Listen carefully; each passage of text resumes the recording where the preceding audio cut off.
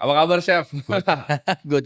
Jadi ini kita lagi di Sayap Suci ya, salah satu outlet dari Holy Wings dan ini udah partner ya kita sekarang ya.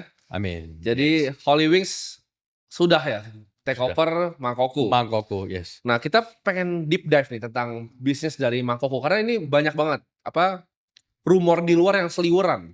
Contohnya seperti Mangkokku ini cuci duit. Sebenarnya bukan Mangkokku, semua bisnis artis biasanya orang yang nggak terlalu mengerti itu mengaitkan semuanya sesuatu itu dengan cuci duit. Padahal misalnya mungkin ada artis yang berpartner sebagai face dari sebuah brand misalnya Yap. kue, tapi Yap. ada partner operasionalnya. Betul. Menurut gue tidak ada yang salah dengan Gak ada artis yang jualan dan partner operasional. promosinya kan. Promosinya. Ya, Tapi betul. kenapa orang nganggap itu yang awam? Yap. Ini Arnold nih cuci duit atau apa? Oh, kalau misalnya mau cuci duit sama ini ya look, again, kita ngomongin cuci duit mungkin ya dia anggapin dengan partner sebelumnya ya Ya. kan. Gak bisa menghindarin. Kalau misalnya dibilang bisnis selebriti dan lain-lain, kebanyakan selebriti yang bikin bisnis juga mereka nggak bisa masak. Ya. Mereka cuma the face of it.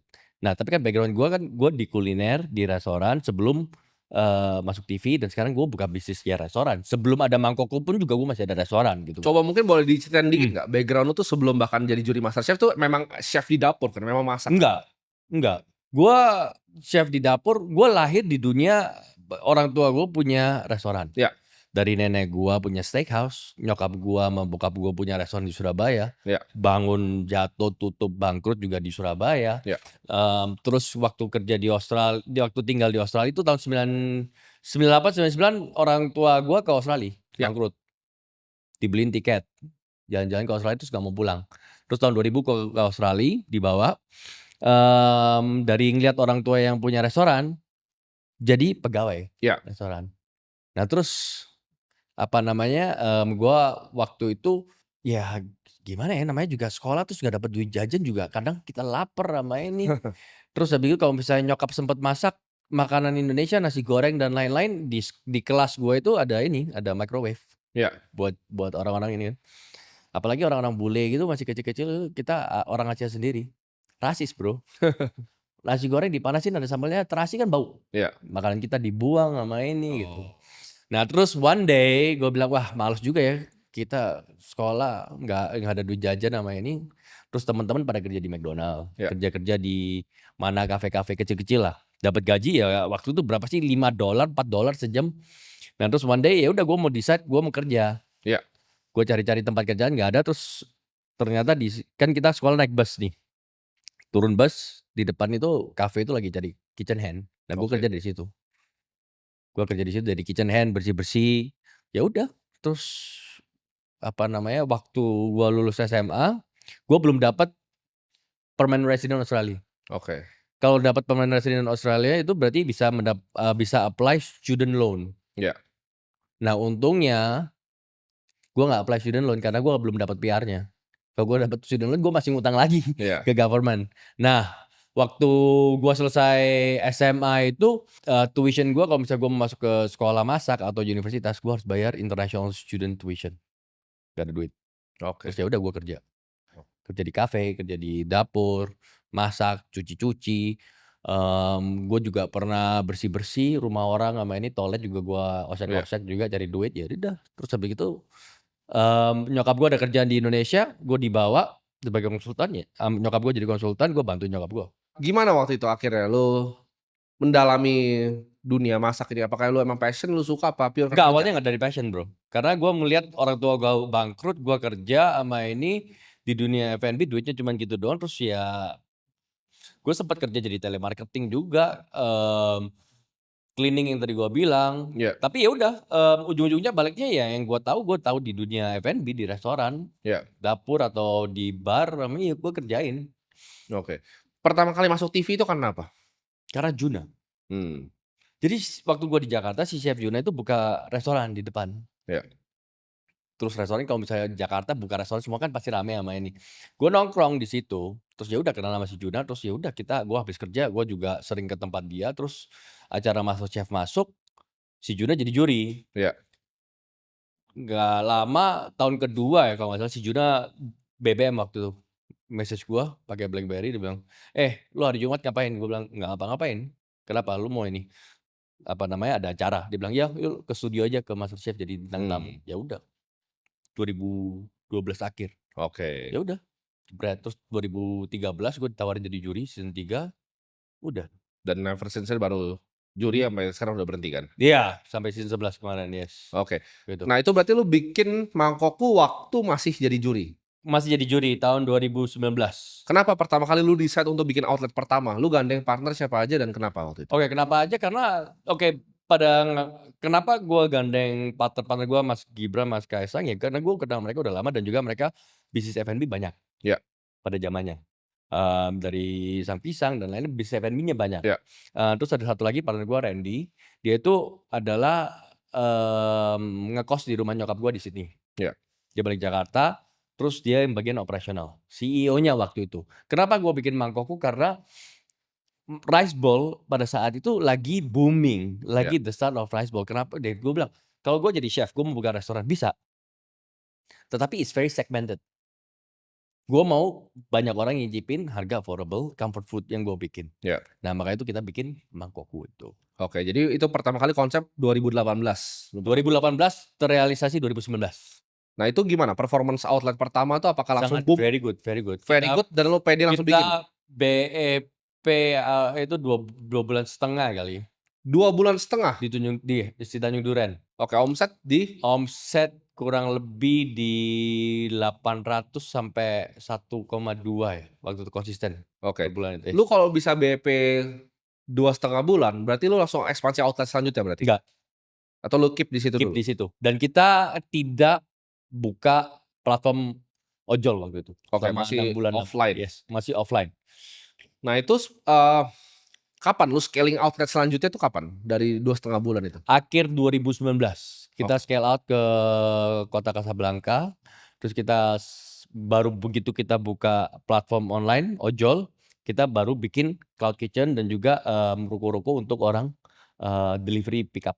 Itu masih self funded berarti ya? Self funded. Masih ini kayak ya bisnis restoran F&B biasa lah ya? Seperti dari biasanya sendiri dan lain-lain, yes. Oke. Kenapa lu decide akhirnya untuk ngambil dari venture capital? Karena waktu itu memang lagi banyak startup makanan, daily box dan lain-lain yang funding juga ya? Betul. Apakah lu riding the wave of food startup ini atau karena memang lu ada target untuk memang ekspansi dengan uangnya waktu itu? 50-50, yes. Riding the wave juga dan juga ekspansi di mana kita waktu itu again ada brand-brand lain. Food startup itu banyak. Ya. Tapi gua rasa kita tuh masuk di akhir-akhirnya food startup. Karena leadernya kalau misalnya kita bisa bilang ya unicornnya si Kopi Kenangan. Ya. Kita juga same investor. Karena apa? Karena waktu itu rice bowl di mana-mana menjamur dan mau nggak mau kita harus ada brand presence. Ya. Dengan waktu dan juga skala yang cepat. Ya. Nah kalau self funded pasti lama, ya kan? Maka itu kita ambil kita decided dan juga ada investor juga yang masuk untuk seed. Oke, jadi lu masuk di seed dan waktu itu series A waktu di berapa outlet? Series A di 50 outlet. 50 outlet. Enggak, Series A. mulainya. Seednya itu ada di 10. waktu itu 10. Oke, berarti lu raising series A ketika masih 10 dong? Yes. Baru series A baru berkembang. Seed 2 juta Ya. di 10 outlet. Di 10 outlet. Terus habis itu udah ke 30-40 ya. Itu kita dapat series A. Oke. Ya. Itu pas lu raising series A kira-kira omsetnya berapa waktu itu? Omset sebulan. Peak-nya? Peak 16-17 M. Dengan margin F&B 30% atau lebih di bawah waktu itu? Tipis banget? Tipis. Oke. Orang pada bilang, oh omsetnya gede sama ini. MDR ojol 37%. Oke. Itu udah gross. Berarti margin lu tuh udah tipis. Udah kesunat di situ. Kesunat di situ, yes. Okay. Kenapa kita harus ngikutin MDR ya? Kenapa? Kalau kita nggak promosi di platform, algoritmanya turun. Iya, revenue-nya habis tuh. Revenue dan juga waktu itu memang ya semua ojol masih burning. Oke. Voucher kan. Oke, orang gila diskon. Gila diskon. Nah, itu dia. Apakah good? Yes, it's good untuk brand awareness again. Yeah. Apakah it's good untuk business sustainable? Nggak juga, karena ya semua orang jadi manja promo hunter semuanya. Oke. Jadi itu secara bisnis kan lu racing di 7 juta ya? Yes. 7 juta divaluasi 20 juta. 20-an, yes, 20 juta. Yes. 20 juta untuk series A-nya berarti. Series A. Dapat sekitar 100 miliaran lebih ya cash rupiah. 101 waktu itu, yes. Ya, 101 cash miliar rupiah. Kalau cuci duit gue udah. Ya, udah tanya nggak perlu brand ambassador kanan kiri. Itu funding itu nggak ada hubungannya sama cuci duit ya buat Nggak teman-teman yang ada. nggak tahu ya. Iya, pada bingung kan funding sama ini venture capital sama ini duit APBN. No. Heeh. It's a private sector Yes. dan semua itu open datanya. Jadi venture capital tuh antara limited partner yang punya duit atau kadang GP-nya juga ikut main Betul, sendiri. Jadi yes. GP-nya bisa masukin duit sendiri dan LP itu semua private sector ya. Dan nobody knows Ya. di visinya itu, yes. Betul. Dan orang nggak tahu juga limited partnernya kan siapa aja, visinya betul. Yes, untuk yes. masuk.